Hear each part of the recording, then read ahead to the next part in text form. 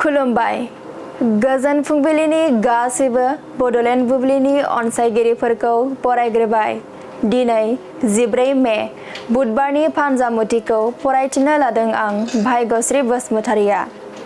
फानजामुथिनि गिबियाव दं मेष राशि।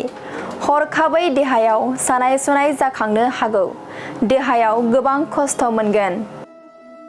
वृष राशि। बेफार फालांगि खालामोब्ला मुलाम्फा मोनगोन। इयुननि थाखाय धोन आरजिनानै लानो हागोन। मिथुन राशि। गोबावनिफ्रायनो सुथुर जालायना थानाया जोबस्रांगोन। लोगोथिनि गेजेराव अनज्लायनाया बांगोन। कर्कट राशि। गेदेर हाबा मावनायनि बान्था मोननो हागोन। समाजनिफ्राय मान मोनगोन। सिंह राशि। जेखि हाबा मावा मानो जेंनायाव गोग्लैगोन। गोबां दुखु जारला सहायनांगोन। गाज्रि सान। कन्या राशि। गोरोन्थि हाबा मावनायनिफ्राय उदां जागोन। गोसोखौ रेजें आरो सान्थि मोनगोन। तुला राशि। गोनांथार खामानि मावनो थाखाय सोरनिफ्रायबा रां दाहार लाथ'नांनो हागौ। गोसोखौ गिलिर मोनगोन।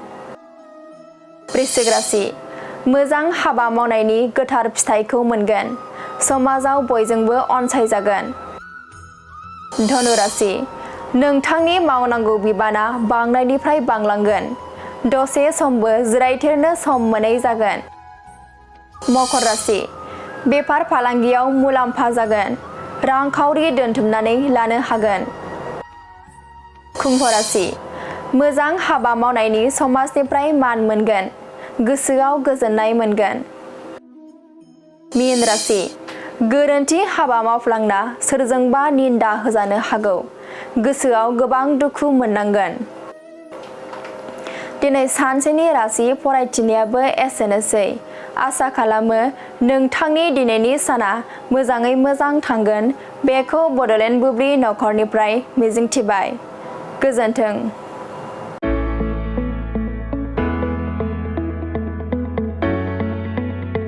मोनसे गोजोनथाव खौरां। बर' सावथुन नायनो मोजां मोनग्रा रायजो राजाफोरनि थाखाय मोनसे गोजोनथाव खौरां।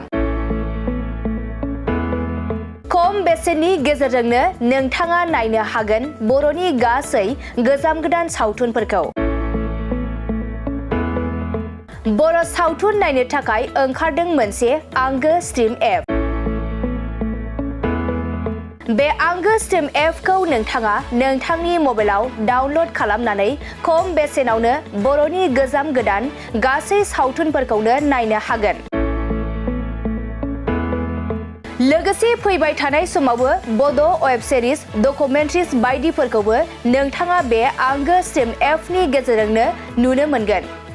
बेनि अनगायैबो बर' सावथुननि दिहुनगिरिफोराबो बे आंगो स्ट्रिम एपआव गाव गावनि सावथुनखौ आपल'ड होनो थाखाय खौरां लाहरनो हागोन।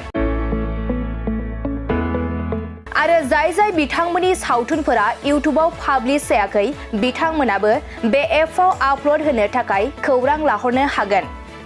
बेनिखायनो बर' सावथुननि दिहुनगिरि बिथांमोनहा गाव गावनि सावथुनखौ बे आंगो स्ट्रिम एपआव आपल'ड होनो गोसो दंब्ला नैबे 7086320938 जानबुं नम्बराव खौरां लाहरनो हागोन।